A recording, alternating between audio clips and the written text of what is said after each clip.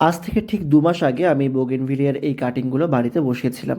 চলো আজকে দেখে নিই আমরা ঠিক 2 মাস পর কী রেজাল্ট পাচ্ছি। তো প্রথমেই জল দিয়ে বাড়িটাকে ভিজিয়ে নেব যাতে কাটিংগুলোকে তোলার সময় রুটস ভেঙে না যায়। তো দেখছি বেশ ভালোই রুটস চলে এসছে কাটিংগুলোতে। দেখা যাক বাকিগুলোতে কীরকম কী অবস্থা।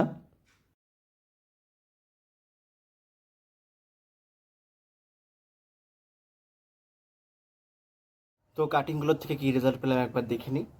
তো যেগুলোতে মোটামুটি বেশ লম্বা টাইপের ডাল বেরিয়ে গেছে সেগুলোতে আমরা দেখছি রুটস চলে এসছে ভালো মতন। কিন্তু আচ্ছা, আমি আগে দেখাই রুটস আরও যেগুলোতে আছে। তো দেখতেই পাচ্ছ যেগুলোতে রুটস এসছে সেগুলোকে কিন্তু ডালগুলো একটু বড় হয়েছে। শুধুমাত্র কিন্তু পাতা না, দেখো এরকম একটা হয় যে শুধুমাত্র পাতা বের হবে, আর একটা হয় দেখো ব্রাঞ্চ টাইপের এই যে লম্বা হয়ে বের হলো, ঠিক আছে। আরও একটা দেখাচ্ছি, এখানেও দেখো অল্প রুটস বের হয়েছে, দেখো ডাল আছে সামনে। আরও একটা দেখাই, এই যে ডাল বের হয়েছে আর এই যে শেকড় আছে।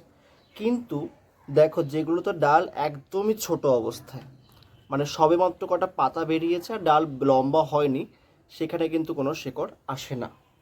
আমি আরও দেখাচ্ছি, দেখো এটাও হয়েছিল একদম পাতা কিছুই আসেনি, একদম শুকনো হয়ে গেছে। তো এই যে আর একটা দেখো, ডাল লম্বা হয়নি, লম্বা হয়নি মানে তোমার শেকড় আসেনি। আমার আপাতত এক্সপিরিয়েন্সে এটাই এসেছে যে ডাল যদি লম্বা হয়ে যায় তার মানে সেখানে মোটামুটি শেকড় আসার চান্স কিন্তু অনেকটাই রয়েছে। তো চলো এবার আমরা এই গাছটাকে প্রথমে কী করে পটে বসাই সেটা দেখাই।